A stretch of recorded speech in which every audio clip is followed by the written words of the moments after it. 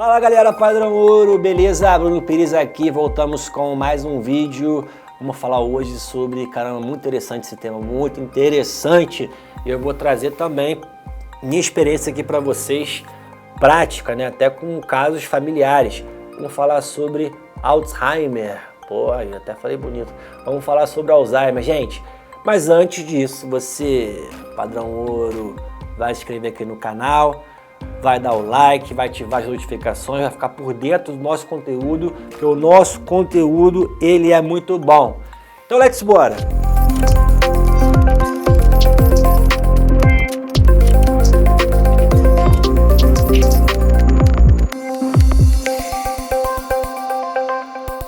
Gente, nosso grande contexto aqui faz parte das síndromes demenciais, né? É a classificação médica para esse tipo de síndrome. O Alzheimer, ele é a síndrome demencial de maior frequência, maior incidência, maior causa das síndromes demenciais no mundo. Não é no Brasil só não, no mundo. Só que, especificamente do Alzheimer, ele é um diagnóstico de exclusão. O que é isso? A gente tem que excluir outras causas que podem estar provocando alterações cognitivas, alterações de memória, de comportamento naquele indivíduo, naquela pessoa, para poder, e também tem que avaliar as características de alterações cognitivas para poder começar a suspeitar e falar que aquela pessoa tem Alzheimer.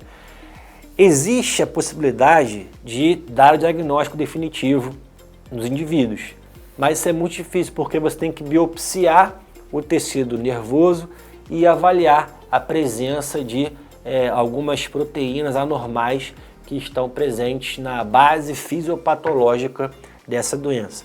Mas, dentro desse contexto de síndrome demencial, os pacientes apresentam o quê? Disfunções cognitivas, disfunções comportamentais, disfunções motoras em alguns casos, né, tanto em fases iniciais de doença quanto em fases terminais, e até mesmo alterações de comportamento, alucinações. Quais são as causas, né, das síndromes demenciais? Nós temos causas vasculares, nós temos até arritmia cardíaca, podendo ocasionar síndrome demencial. Eu vou dar para vocês aqui exemplos. E nós temos doenças neurodegenerativas, como Alzheimer, como o Parkinson, como doença frontotemporal, como a doença chamada de demência por corpúsculos de Levy. E tem até mesmo como se fosse um tipo de doença infecto-contagiosa, mas que na verdade não é um vírus ou uma bactéria que vai causar esse quadro demencial, mas sim uma proteína anormal, né, um prion, que é a doença da vaca louca, conhecida como síndrome de Creutzfeldt-Jakob. O nome é difícil falar, Creutzfeldt-Jakob, mas também faz parte aí das síndromes demenciais. Então, um exemplo para vocês aqui. Bom, como é que uma arritmia pode causar uma síndrome demencial? Existem arritmias que predispõem, né, à ocorrência de acidentes vasculares encefálicos, por exemplo, fibrilação atrial. Fibrilação atrial é uma arritmia cardíaca que se inicia nos átrios, que não tem um foco específico, mas basicamente os átrios cada parte dos átrios vai contraindo de maneira independente. E nisso, o sangue nos átrios ele fica meio paradão, né, até passar para os ventrículos, né, e aí seguirem o caminho do corpo, pulmão ou o caminho sistêmico. E quando esse sangue fica meio paradão ali nos átrios, você pode formar trombos. E esses trombos eles podem chuveirar, como a gente diz na medicina, chuveirar para as artérias do encéfalo, né, tronco encefálico, cerebelo, né, e o cérebro em si. Então, uma pessoa pode ter uma síndrome demencial, alterações cognitivas, porque ela tem uma arritmia cardíaca, fibrilação atrial, por exemplo, e ela fica chuveirando êmbolos para o cérebro e fica fazendo micro AVCs ao longo da vida, até que ela passa a ter uma disfunção cognitiva. Então, ela vai ter uma síndrome demencial. Mas, nesse caso, qual foi a causa? Diversos micro AVCs, micro AVEs, se você quiser chamar assim, que foram causados por uma arritmia cardíaca, que é a fibrilação atrial. Ou um outro exemplo, uma pessoa que tem doença aterosclerótica. Já peguei paciente assim em CTI, né? Paciente que vinha sendo tratado com Alzheimer, mas que até a filha falou, ó, minha mãe tem Alzheimer e tal, quando eu fui colher a história da paciente, né? Ver, minha mãe tem Alzheimer. E aí quando eu fui ver tomografia de crânio, eu vi o seguinte, que apenas um hemisfério dessa paciente tinha atrofia. No Alzheimer não é assim. No Alzheimer, né, quanto mais a doença vai se prolongando na pessoa, a atrofia ela é mais ou menos homogênea, né, nos dois hemisférios, lobo direito, lobo esquerdo, por aí vai. Mas essa paciente tinha um hemisfério só atrofiado, o outro não. Eu falei, pô, mas ela tem Alzheimer mesmo? A tomografia não estava assim. E aí eu fui lá e eu pedi um Doppler, né, um ecodoppler de artérias cervicais, né, coronária e artérias vertebrais. E aí a gente chegou no diagnóstico que essa paciente tinha uma obstrução na carótida, perdão, né, Doppler de carótida e coronária coração, Doppler de carótida e vertebrais. A gente chegou no diagnóstico que essa paciente tinha obstrução de 95% da carótida esquerda. E foi isso que levou à atrofia do hemisfério esquerdo dessa paciente e que ela vinha já há uns 5 anos tratando aquilo como Alzheimer.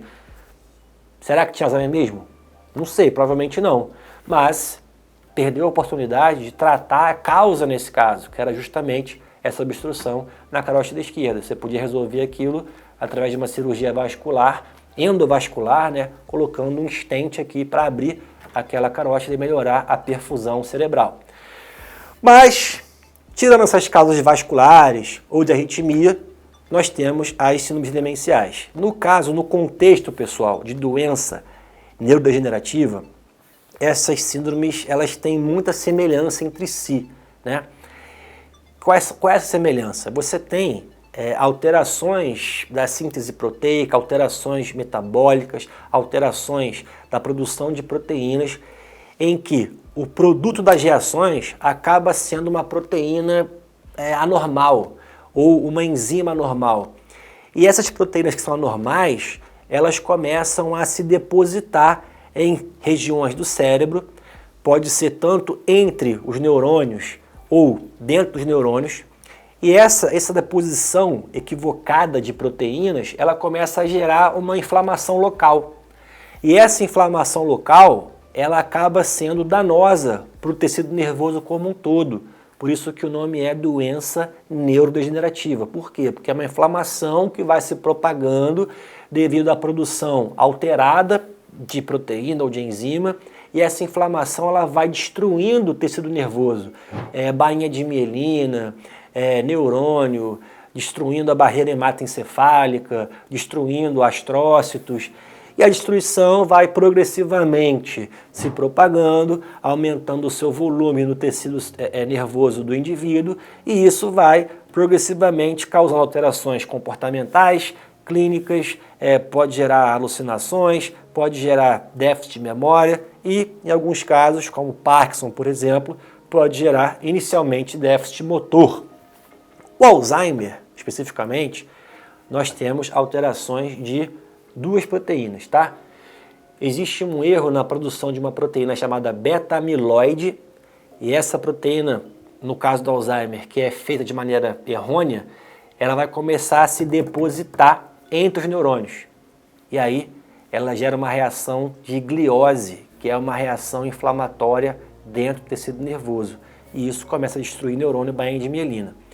A outra proteína que tem produção alterada é a proteína Tau, TAU, que faz parte do componente do citoesqueleto do neurônio. Lembra o citoesqueleto? É quem dá o arcabouço da célula e ajuda, por exemplo, as organelas a ficar no seu lugar, ajuda a encaminhar lá as vesículas, contendo neurotransmissores, contendo proteínas que serão secretadas, ajuda essas vesículas a caminharem dentro da célula.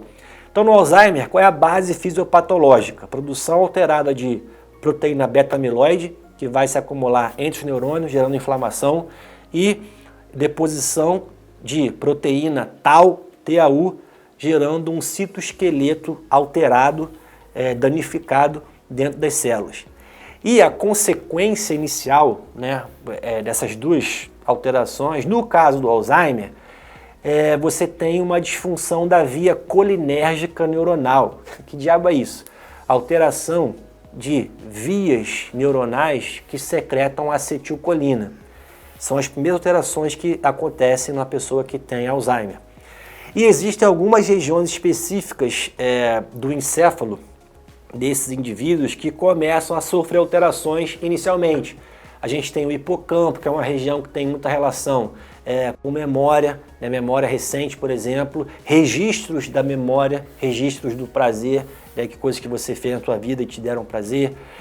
A gente também tem a alteração do córtex cerebral, do córtex frontal, e aí podem acontecer alterações de comportamento. A pessoa pode começar a ter um comportamento que ela nunca apresentou. Ela pode começar, por exemplo, aconteceu até com a minha avó, né? Ela começou a roubar umas coisinhas da farmácia. Minha avó teve Alzheimer, a doença evoluiu mais ou menos uns 10 anos, e eu vou comentar aqui quais são as fases do Alzheimer para vocês. É bem marcante cada fase que a doença tem. Mas quando minha avó estava na fase moderada do Alzheimer, ela começou a ter comportamentos que minha avó não tinha. Ela não tinha o costume de ficar roubando coisa na farmácia.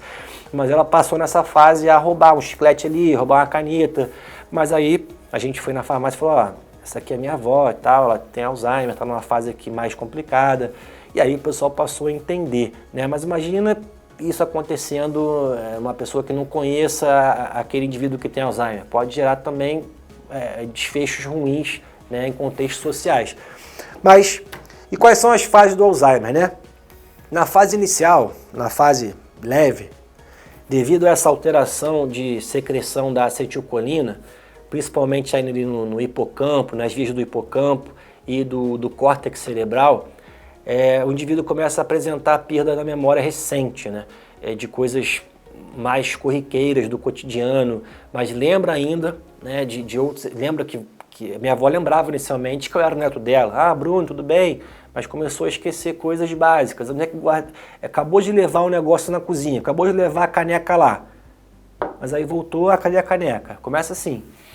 E aí, quando a gente passa a ter uma fase que começa a ter alteração comportamental, aí você começa a estar diante da fase intermediária, um quadro mais moderado do Alzheimer, né? A pessoa começa a ter por exemplo, cismas, né? Minha avó cismava que a moça, a faxineira lá da nossa casa, que ela queria bater nela, né? Cismava que ela estava roubando, junto com a perda progressiva da memória, né? Que começou com coisas muito banais, mas aí começava a ter perdas de memória um pouco mais importantes, né? Por exemplo, esquecer que o dinheiro estava guardado lá no banco, esqueci a senha do cartão, a senha da conta do banco.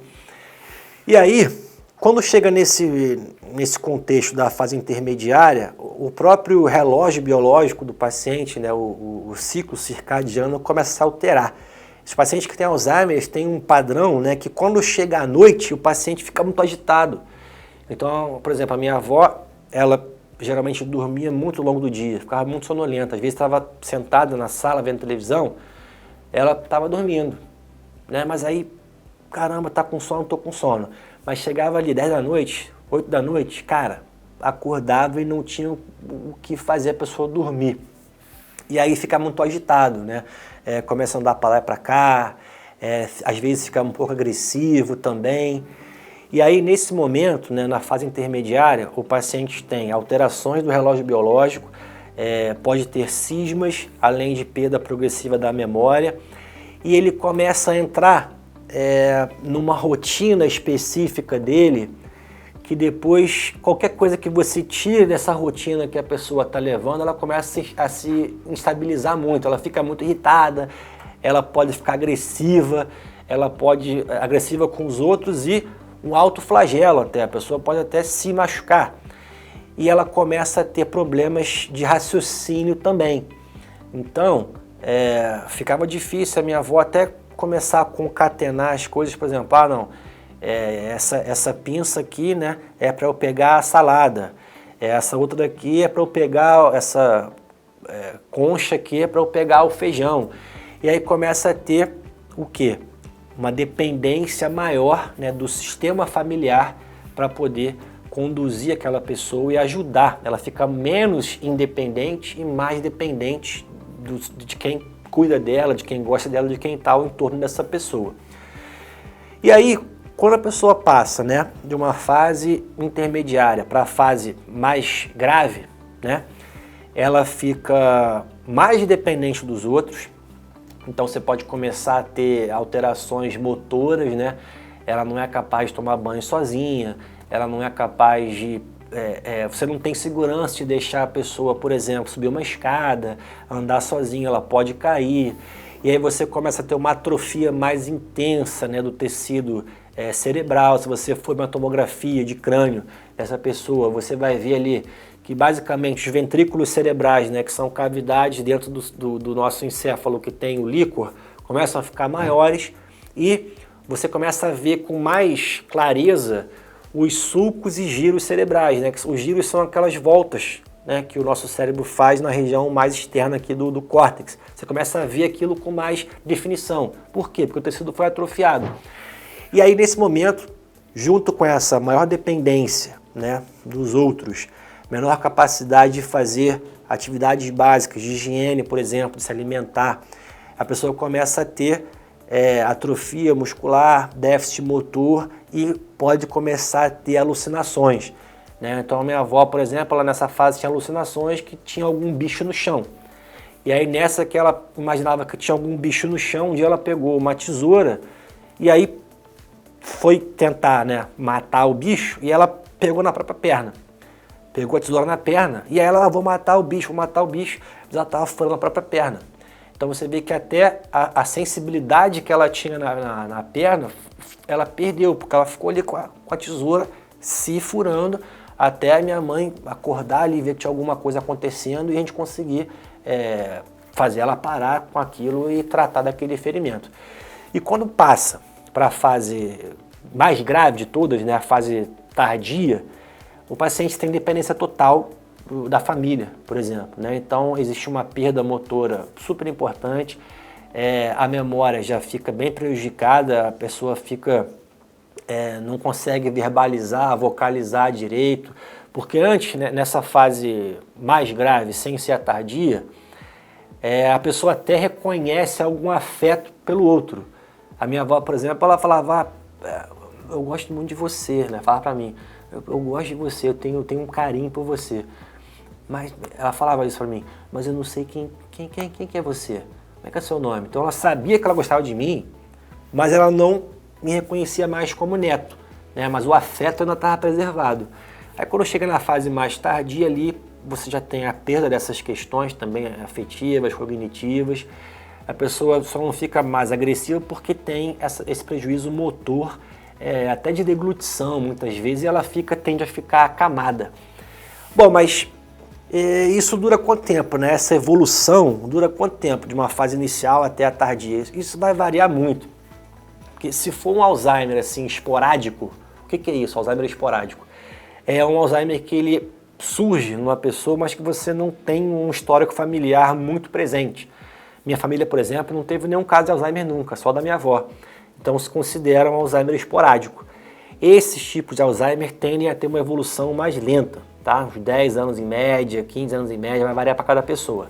Agora, uma síndrome de Alzheimer, né, com herança familiar muito forte, geralmente você tem uma evolução mais súbita. Então, 4 anos, 5 anos, a pessoa pode passar por essas fases todas e geralmente esse tipo de Alzheimer tende a surgir mais cedo, mais precocemente. Minha avó começou a desenvolver o Alzheimer com 70 anos, mas nesses casos que a genética é muito mais forte, pode começar com 50, com 40. Bom, tem tratamento? Pois é, galera, isso é brabo. Isso é brabo por quê? Essas doenças neurodegenerativas, Alzheimer, Parkinson, a gente não consegue curar a doença. A gente não consegue sanar o problema que está acontecendo, daquelas proteínas lá. Então, basicamente, a gente vai atenuar os sintomas que a pessoa está apresentando, agitação, insônia, delirando, alucinações. E, no caso do Alzheimer, como existe, né, uma disfunção das vias colinérgicas, você pode otimizar justamente as sinapses com acetilcolina. Então, a ideia é você retardar a evolução da doença, tá? e, obviamente, tratar os sintomas, controlar os sintomas que a pessoa tem. Mas até hoje, infelizmente, não existe um tratamento definitivo para isso, tá? Agora, existem algumas relações, né? Existem relações de altos níveis de colesterol com o desenvolver do Alzheimer, questões comportamentais também, né? Indivíduos que têm o costume, né, de ler livros, estudar, fazer tarefas que demandam da função cognitiva, isso é mais difícil a pessoa desenvolver Alzheimer, são até chamados fatores de risco, né? Então tem história familiar, os hábitos de fazer qualquer atividade que exerça ali do intelecto, função cognitiva, ler livros, assistir filmes, né, que vão te passar uma mensagem importante, fazer palavra cruzada, qualquer coisa que seja, jogar, videogame, não importa. Se exigir alguma coisa do teu intelecto, aquilo ali vai estar te protegendo do Alzheimer. Exercício físico, boa alimentação sempre, até porque existem estudos que mostram que a produção de radicais livres propagam a inflamação no caso do Alzheimer e aceleram o curso da doença. Então isso é muito importante. E como eu falei aqui, também tem vários estudos que relacionam o nível de colesterol com a progressão rápida do Alzheimer. Eu espero que em breve consigam chegar à cura dessa doença. E de outras também, como Parkinson e por aí vai. Certo? Beleza. É isso aí. Espero que tenham gostado. Se inscreve no canal, dá o like, curte o vídeo. Até o próximo. Tchau.